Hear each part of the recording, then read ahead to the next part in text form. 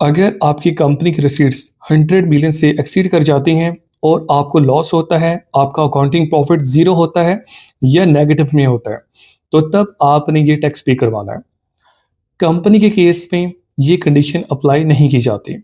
अस्सलाम वालेकुम, वसीम शाहिद बात कर रहा हूँ। आज हम बात करते हैं कि मिनिमम टैक्स किसे कहते हैं और ये किन केसेस पर इम्प्लीमेंट किया जाता है। मिनिमम टैक्स बेसिकली आपका टर्नओवर टैक्स होता है।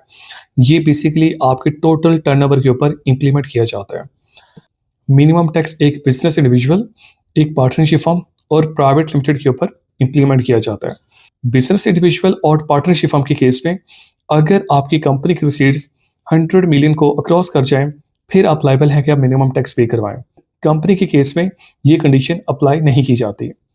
अगर आपकी कंपनी को लॉस हो रहा है ड्यूरिंग द ईयर और आपका जो टर्नओवर है वो 100 मिलियन से एक्सीड कर गया, फिर आप लाइबल हैं कि टर्नओवर टैक्स पे करें, जिसका रेट है लॉ में 1.25% और ये रेट डिफरेंट केसेस में वेरी करता है। अगर आप अपनी टैक्स लायबिलिटी को मिनिमम टैक्स के बेस के ऊपर डिस्चार्ज करते हैं तो आने वाले 3 सालों तक आप अपनी उस टैक्स की एडजस्टमेंट ले सकते हैं अपने प्रॉफिट के अगेंस्ट। ये बेसिकली लॉ क्यों डिफाइन किया गया? क्योंकि आप पूरे टर्नओवर के ऊपर टैक्स पे कर रहे हैं। अगर आपको लॉस हो गया तो लॉस के ऊपर आप टैक्स पे नहीं करते हैं, बट के मिनिमम टैक्स आपने अपने टर्नओवर के ऊपर पे करवाना होता है।